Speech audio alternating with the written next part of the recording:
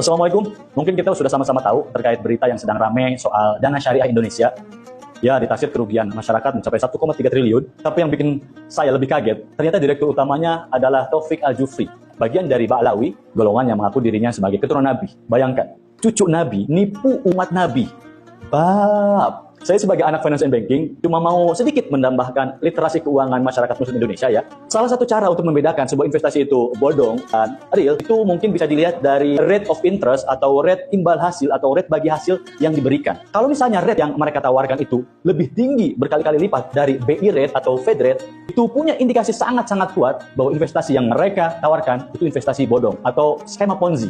Pakai logika sederhana aja.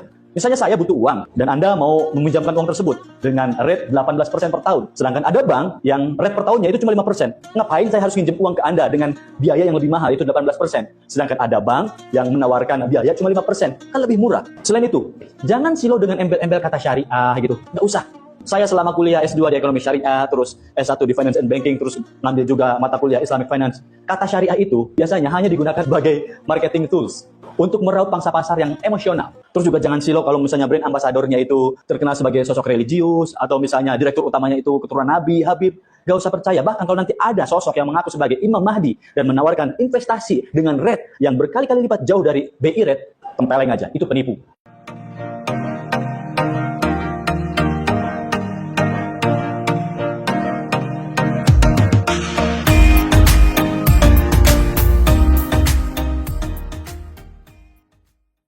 Bismillahirrahmanirrahim. Assalamualaikum warahmatullahi wabarakatuh. Ya, sahabat Charlie dimanapun berada, video yang barusan kita lihat ini adalah sebuah fakta, literasi dan tanggung jawab moral di ruang publik. Dan kita tidak akan membahas untuk personalnya, namun kita sedang menganalisis apa yang terjadi terhadap gagal bayarnya dana syariah Indonesia terhadap para lendernya. Dan saya akan sedikit memberikan tanggapan terkait video yang barusan saya putarkan di awal, di mana video tersebut mengingatkan umat agar tidak silau dengan simbol-simbol syariah, tidak simbol dengan gelar-gelar religius, bahkan juga tidak silau dengan klaim sebagai keturunan Nabi. Dan itu penting, saya anggap itu penting karena realitas sosial yang ada hari ini menunjukkan kerugian umat itu nyata. Sesuai dengan informasi yang ada di Dana Syariah Indonesia, bahwasanya ada kegagalan bayar 1,13 triliun kepada lenders ya, kepada nasabahnya. Dana tertahan dan kemampuan bayar hanya 3,5 miliar yang seharusnya itu bisa dibayarkan namun tidak memenuhi kuota. Dan ketika dana tertahan, masyarakat dirugikan, kemudian angkanya bukan ratusan juta tapi lebih dari 1 triliun. Nah, kita akan bedah sedikit apa yang terjadi. Dan kalau misalkan kita lihat dari kasus yang melanda oleh Dana Syariah Indonesia, kalau imbal hasil jauh di atas BI rate, itu indikasi investasi bodong. Ini kita bicara analisis, teman-teman. Ini bukan opini, ini adalah logika dasar finansial ataupun keuangan.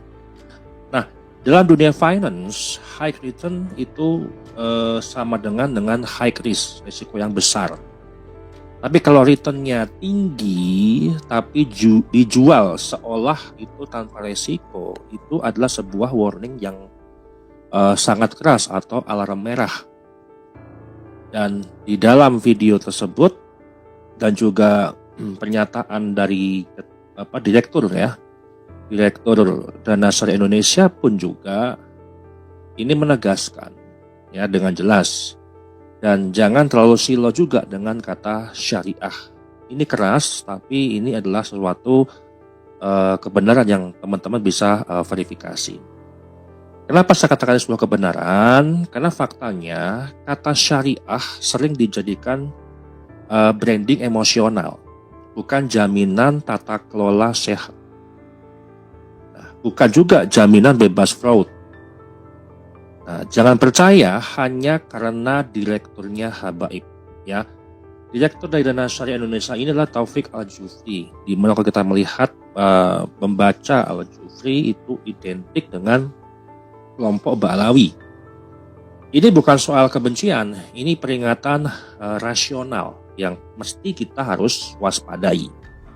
Nah, fakta kasus Dana Syariah Indonesia yang kita himpun dari berbagai macam sumber informasi di media sosial atau media online, kita bicara data, bukan sebuah asumsi ya.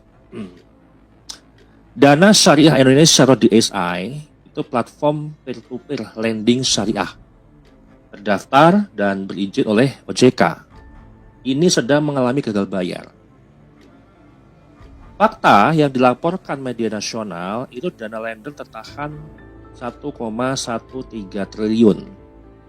Nah, dana likuidnya yang tersedia hanya 3,5 miliar rupiah saja. Artinya hanya kurang dari 1%. Ini bukan isu kecil, ini bencana finansial bagi ribuan orang. Ya. Dalam forum-forum tersebut, OJK meminta kejelasan mengenai progres pengembalian dana yang menjadi hak lender. Ya, di sini posisi OJK ini mendalami, kemudian menegur, dan mengawasi proses penyelesaian. Dan OJK juga menegaskan bahwa pengawasan terhadap Dana Syariah Indonesia masih terus dilakukan. Sebelumnya OJK telah menjatuhkan sanksi untuk pembatasan kegiatan usaha agar perusahaannya fokus menyelesaikan kewajiban kepada lender. Karena ini hal untuk mencegah resiko yang lebih besar sekaligus menjaga stabilitas sektor fintech syariah. Nah, sampai di sini belum ada vonis hukum Ponzi yang dijatuhkan kepada Dana Syariah Indonesia. Tetapi ya, indikasi tata kelolanya bermasalah itu nyata. Bukan gosip, bukan opini, tapi tata kelolanya itu bermasalah. Itu nyata itu, Pak. Nah, dari sumber-sumber yang kita gali, Direktur Dana Syariah Indonesia, itu Taufik Al-Jufri. Kalau kita bicara Taufik Al-Jufri itu simbol identik dengan Ba'alawi. Nah, namun kita harus jujur dalam hal ini, ya. Direktur utama ini yang memang terindikasi oleh klan Ba'alawi dan nama ini diidentifikasikan di ruang publik. Ya, kalau kita melihat komentar-komentar di sosial media, publik mengkaitkan nama Taufik Al-Jufri itu dengan klan Ba'alawi. Bagian dari klan Ba'alawi, simbol habaib, simbol keturunan Nabi yang mereka tidak bisa membuktikan sampai ini kalau mereka benar-benar cucu Nabi. Apakah klaim nasab ini terverifikasi secara akademik? Tentunya tidak terverifikasi apapun, ya, tidak pernah dibuktikan di publik. Tetapi efek sosialnya nyata. Orang percaya, orang menaruh dana, orang menaruh iman dan harta. Nah, di sini masalahnya. Bukan soal dia Ba'alawi atau bukan, tapi bagaimana simbol itu bekerja di ruang publik. Nah, bagaimana ketika kita bicara Ba'alawi dan blind trust umat? Kalau kita mesti jujur kondisi hari ini, banyak umat tidak berinvestasi karena sebuah laporan keuangan yang bagus, ya, memberikan sebuah keuntungan yang realistis, tapi karena rasa aman simbolik, ya, memahami, mengenal dan percaya itu karena sebuah simbolik. Dan ini syariah loh, ini keuangannya jelas, laporannya jelas, dan kemudian tokohnya adalah habaib loh, ini dari Ba'alawi katakanlah seperti itu, insya Allah aman. Nah, ini yang disebut dalam ilmu sosial blind trust berbasis identitas religius. Dan ini yang sangat berbahaya. Kenapa saya katakan berbahaya? Ketika gagal bayar, ya, yang disalahkan bukan sistemnya, ya, tapi takdir, ujian, fitnah, segala macamnya. Padahal Islam tidak mengajarkan suspend akal. Nabi tidak mewariskan sebuah kekebalan moral. Dan pola-pola komunikasi media massa yang kalau kita bisa lihat, pembelaan Ba'alawi ini kan berfungsi sebagai strategi komunikasi massa, bukan sebuah bantahan ilmiah. Dan pola-pola yang berulang, ini kan masalah yang sering muncul. data dipinggirkan, narasi emosional dimunculkan, identitas religiusnya dijadikan sebuah tameng, titik terhadap kebencian. Dan ini bukan pembelaan akademik ataupun ilmiah, ini manajemen opini publik. Dan pola-pola konsisten itu dengan mudah ditemukan di media sosial. Nah, dampak sosialnya apa? Kalau kita bicara dana syariah Indonesia ini gagal bayar 1,13 triliun. Dana yang nggak kecil. Bahkan kemampuan bayarnya itu hanya 3,5 miliar. Nah, yang paling menyedihkan juga, korban kasus ini bukan tokoh-tokoh atau orang elit.